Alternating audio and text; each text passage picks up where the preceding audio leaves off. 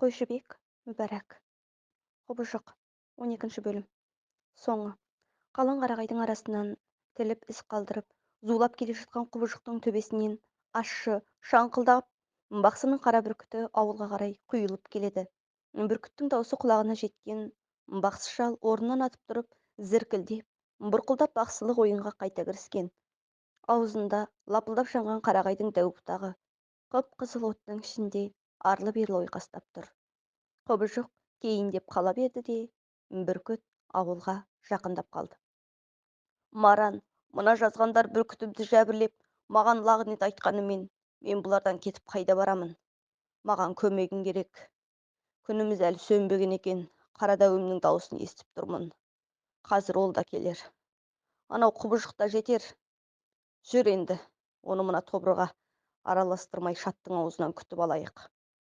Бақсы шал Маранды ертіп сыртқа шықты. Маран сырттағы ұйлығып тұрған жұртқа қарап: айналайындар, отты көсеп, жағып, жанынан алыс кетпей осында күтіңдер. Дабырлап, шуламай, бір-біріңе сүйеу болыңдар. Тәңірдің басқа салғанын көреміз. Таңға дейін аман болсақ біз де оралармыз.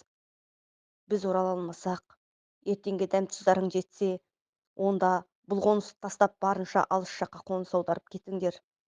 Маран тағы да бір нәрселер айтпақ еді, анадайға ұзап кеткен бақсы шал: тез, бол, Маран! Деп айқайлады.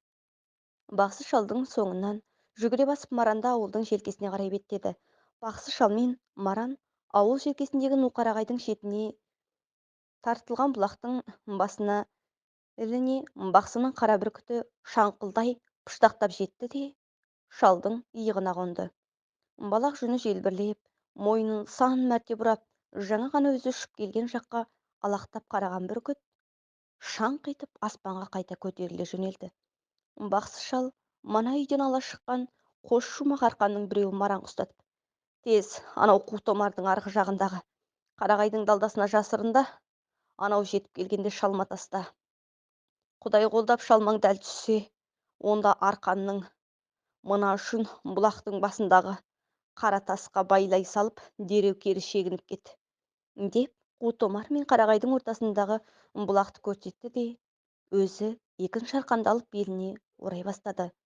Аспанға көз жеткісіз зеңгірге көтеріліп кеткен бүркіттің шаңқылдаған даусы үзіліп барып қайта шықты. Жоғары жақтан қалың қарағайдың шатырлай сынып, гүрсілдей қопарыла құлаған даусы барған сайын таяп келеді. Алқына тыныстаған әлдебір жойқын үн құлақты жеп барады. Әп сәтте жақын тұрған алып қарағай түп тамырымен қопарыла жай түскенде екіге жарылып, қолындағы орақ қанжары жарқылдап, анадайда беліне ораған арқанмен өзін бунап жанталасып жатқан бақсы шалға қарай атылып келе жатты. Қарағайдың тасасында қолындағы арқанды құлаштай үйірген Маран құбыжық қу томардың қасынан өте бере лақтырып қалды. Шалма құбыжықтың құл мойнына іліне кетті. Осы кезде аспаннан төмен құйылған бүркіт құбыжықтың тура басына тегеурінді шеңгелін салды. Маран бір-ақ қарғып, манағы бақсы шал көрсеткен тасқа шалманың бір ұшын байлап, кері қарағайдың тасасына қарай шегінді. Арсы-гүрсі болып, алқынған құбыжық пен қанаттының сартылдап сабалаған бүркіттің ащы дауысы тау баурайын азан-қазан қылды. Осы кезде беліндегі арқанды бұрай-бұрай шегіне жеткізген бақсы анадайда жатқан қамшыны қолына ала сала құбыжықты сабалай жөнелді. Құлақ тұндыра шыңғырғып, бажылдаған құбыжықты айнала жұлқынып, енді шалмаға оратыла бастады. Қара бүркітте шаңқылдап қанжардай тырнақтарымен құбыжықтың бар денесін жолмалап жүр. Сүт пісірімде арқанның ұшы байланған тастың түбіне бүк түсіп, жансыз жатқан құбыжықтың үстіне